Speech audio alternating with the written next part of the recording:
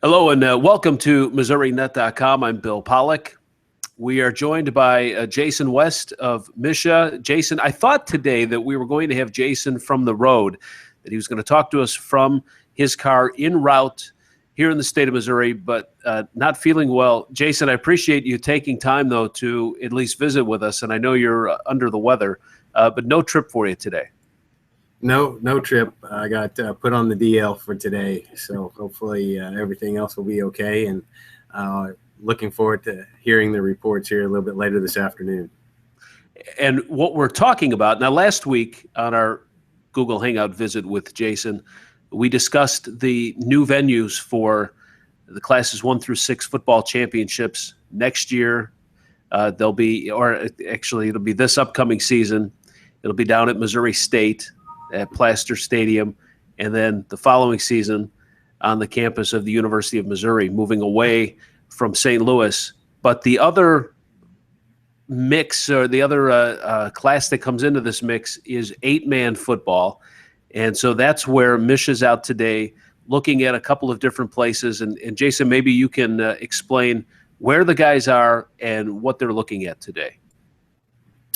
Well, and essentially we had 4 bids to host the 8-man championships, and we didn't have time before the board meeting to be able to fully look at and evaluate the proposals from Cameron and Chillicothe were the 2 places that wanted to host the 8-man game specifically.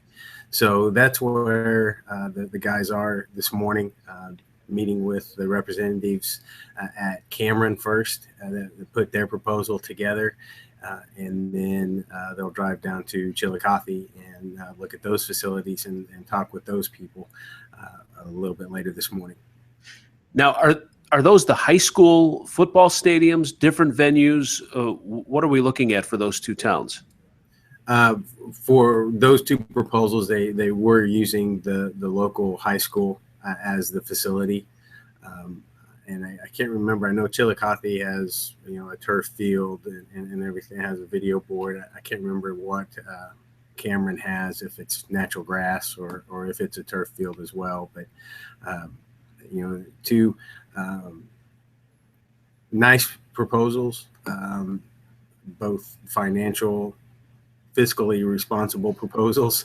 I know Cameron had some extra things in there that they wanted to make it more of a bowl game, like a college bowl game type things, where they had a parade and they had visits with the Veterans Memorial Hospital that's there, and have breakfast with the veterans and things like that. So they had some extra things in that they wanted to make it more of a festive atmosphere and bowl-like atmosphere than what we've seen in some other proposals through the years. We're talking with Jason West, the communications director from MSHAA, looking at 8-man football championship sites. And Jason, I'm going to use a screen share here and pull up the maps on MSHAA.org to kind of show where Cameron and Chillicothe are on the map for those who are not familiar, and then kind of get an idea of the schools that have 8-man football, and people will see why this makes sense. Since it won't be in St. Louis, what were you hearing from the 8-man schools? Maybe you can talk about this while I pull this map up. What were you hearing from the 8-man schools in terms of playing in St. Louis and their experience, whether it had to do with travel, accommodations, et cetera? Just some of their feedback. It was a mixed bag, so it depended on who you talk to. First off, anytime you get to play a football game in an NFL stadium, that's going to be a highlight and a memory maker. And so the fact that they were getting to play an 8-man game in an NFL stadium, I think meant a lot to those schools. If you were to talk to the fans, the travel and having to cross the state to play a game that may have 2 teams that are 20 minutes apart, yet they've got to travel 5 hours to the east, that was a little disconcerting. And so depending on who you talk to, it was a mixed bag. But I think for the players, it meant a lot to be able to play that game in an NFL stadium. Well, I hope everyone can see the screen share. Obviously, we know where St. Louis is, and then the different stars. Those represent the different districts and the different schools that are in 8-man football. Now you can see where Chillicothe. I'm kind of moving that little hand there. You can see where Chillicothe is. You can see where Cameron is. Those are all very close to each other, and then you see obviously where the majority of the schools are. That's a short drive. You've got one school that's east of Macon, but for the most part, and that's really not all that far of a drive either. For what school are we looking at there? North Shelby. North Shelby. Yeah. So, I mean, this does make a lot more sense to just keep it nearby, whether it's in Chillicothe or then just down the road on 36 in Cameron, which is right off the interstate. So really the location for both of those markets certainly fit these schools a little bit better. Right, and next year we have 24 teams in the 8-man class, which is the most that we've had in quite a while, if not ever in the 27 or 28 years that 8-man has been in existence in Missouri. And so you can see it is expanding a little bit. North Shelby is a team that changed from 11-man class 1 to 8-man this year. Down in Joplin, you have Macaulay Catholic that at the beginning of last year made the move to 8-man from 11-man. And then Greenfield made the move 2 years ago. And so those three teams are relatively new. And then below I-70 there, you've got Northwest Hughesville just on the south side. And they've been playing 8-man for a few years. Sacred Heart was a new one last year in Sedalia. And then Chilhowee there, also just north of Clinton, south of I-70. They've been playing 8-man for a few years as well. So but since the dawn of time, if you will, for 8-man, the majority of the schools, if not all of them, have been in that northwest quadrant. And for several years, the 8-man championship game has been played in that area. The Northwest Missouri State had hosted that game for, I believe, going on 7 years before going to the Dome. So we've seen much better crowds and more people have been able to enjoy that game live when it was in Northwest Missouri, obviously.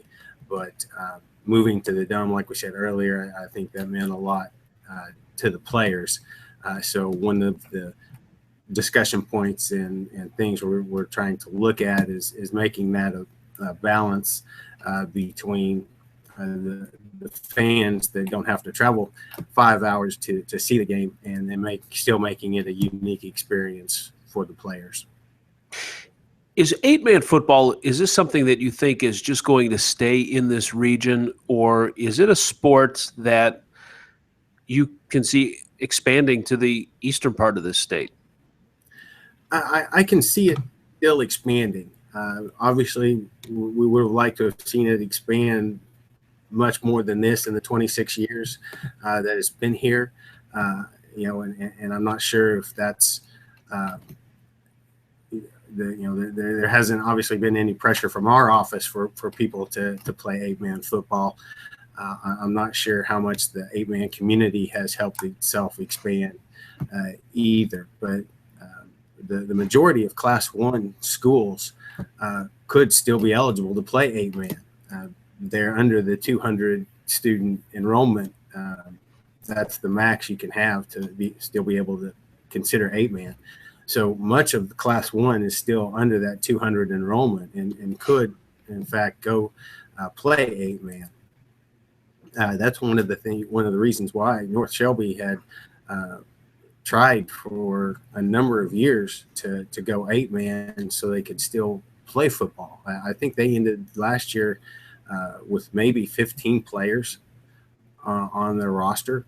And so They're playing two ways, which happens a lot, but when you're doing that every down of a game, and you're playing against teams that may have 40 to 50 kids on their roster, and they can sub in and everything, you tire out pretty quickly. And so a chance to still have a football team, but then still be a little bit more competitive with schools that are closer to their size. And, Jason, I would think that as we get into the popularity of the 7-on-7 tournaments, you see, colleges, I think it really caught on with colleges doing it a lot in their practices. And now you've got it trickling down to high school where they've got these 7-on-7 tournaments. The variation of the game changes now. You may have more Class 1 schools that look at it and say, you know what, it's a different brand of football, but it seems to be more accepted. And I think you certainly need a group within a region. I don't think you can have one or two, schools all the way on the east side of the state that have to travel, that far every single week. But maybe with the advent of 7-on-7 now kind of catching on, we might see some more teams across the state. And I think it'd be great. It's certainly a different game and different complexities to it. Oh, exactly. When I first started officiating football, 8-man is what we did. That was my first game to officiate. Was an 8-man game, and it's a lot of fun. It's very exciting to watch because it is up and down. Once you break that first field of containment, then it's off to the races, and so it can be very high scoring. 2 years ago with North Andrew and Stanberry, the halftime score was something like 59-39, and that was at halftime. Go in at halftime, come back out, and nobody scores the second half. So they had figured each other out by halftime. Then the next year they play, and it's a 16-13 game. So it's a very defensive game. So you can still have both nuances, but it's still a lot of fun to watch. And I think if people were actually able to watch those games, they'll get that same feel. Well, you still have to run the ball, not turn it over, be able to catch, tackle. It's football, just a different variation. Now, how long will it take for the final decision to be made, whether it's Cameron, Chillicothe, and then do you know the length of the term yet, or is that still to be decided? Well, the length would be for 2 years. Okay. Right now, and that's why we only had the proposals for 2 years out. There still may be some other changes outside of football that may cause some changes in scheduling and things like that. So we didn't want to get too deep into an agreement thinking it was always going to be on this date when halfway through something changes and we have to go in a different direction. So we're just doing this for 2 years, and then hopefully by then we'll know exactly what's going to happen as far as start dates and things like that. As far as the process, there's a couple of questions that we need to figure out first. One thing is 8-man in Class 6 right now have basically a week off to prepare for the Show Me Bowl because of since their brackets are only based on the 32-team bracket, everybody else is based on the 64. Right. They have one less game. And so one of the questions we were wanting to get answers to were, what if we play 8-man on the week, on that off week, instead of giving them the off week, and play it that weekend before Thanksgiving. It would be the only championship going on, kind of highlight it, things like that, or possibly even playing 8-man and Class 6 the week before to be able to highlight those games, have them, they're the only things going on. And then the next week have everybody else play out their regular schedule that eliminates that off week. During the football advisory committee, that was kind of what was favored, but we're getting, now we're wanting to make sure we get as much feedback as possible. I think that'd be a great idea. The weather might be a little bit warmer, at least help out with a couple of classes. But yeah, football's, you know what, it could be snowing, raining, whatever. But yeah, that'd be great. Well, all right, it'll be interesting to see. And then, so when do you guys want to have this decision then? Well, we're hoping to have everything put in place, and so we can have recommendations for the board at the June board meeting. Okay, so this one would be decided then by June the latest. Yeah, that's kind of, I was expecting everything to take place in June, and then once we had the site visits, it was like, okay, well, what if we just talk about it this weekend? It's like, wait, okay, all right, this is happening too fast. But no, we were able to get everything, at least on that side of things, for the 11-man stuff. Then that's why the board went ahead and made its decision at the April meeting instead of waiting until June. But the other logistics that we need to look at with having 8-man on the same weekend as 11-man, it always puts them playing on Friday morning, the first game out, because there are different things that we have to do to the field. It's a narrower field. It's an 80-yard field instead of a 100-yard field. So, putting down tape and getting the goals and everything matched up, that adds to the logistics. Whereas if that game was played on Friday night on its own weekend, then all of that stuff could be done. They could play on Friday night like they have all year long, and boom. So that's just some of the logistics we're trying to figure out. Good stuff. All right. Well, listen, I know you're under the weather. Kept you plenty long. I appreciate you still joining us. Hey, yeah, at least I'm talking and not coughing. So thank you. You made it. That. Yeah, you made it with no cough. That's amazing. Well, get better. All right. We'll try. Yep. All right. And then we'll talk with you next week. Hopefully you're feeling better. So Cameron Chillicothe, those are the two in the running for the 8-man football championships. Follow us here at MissouriNet.com for the latest. For Jason, I'm Bill Pollack at MissouriNet. Thanks for watching, and we'll talk to you again soon.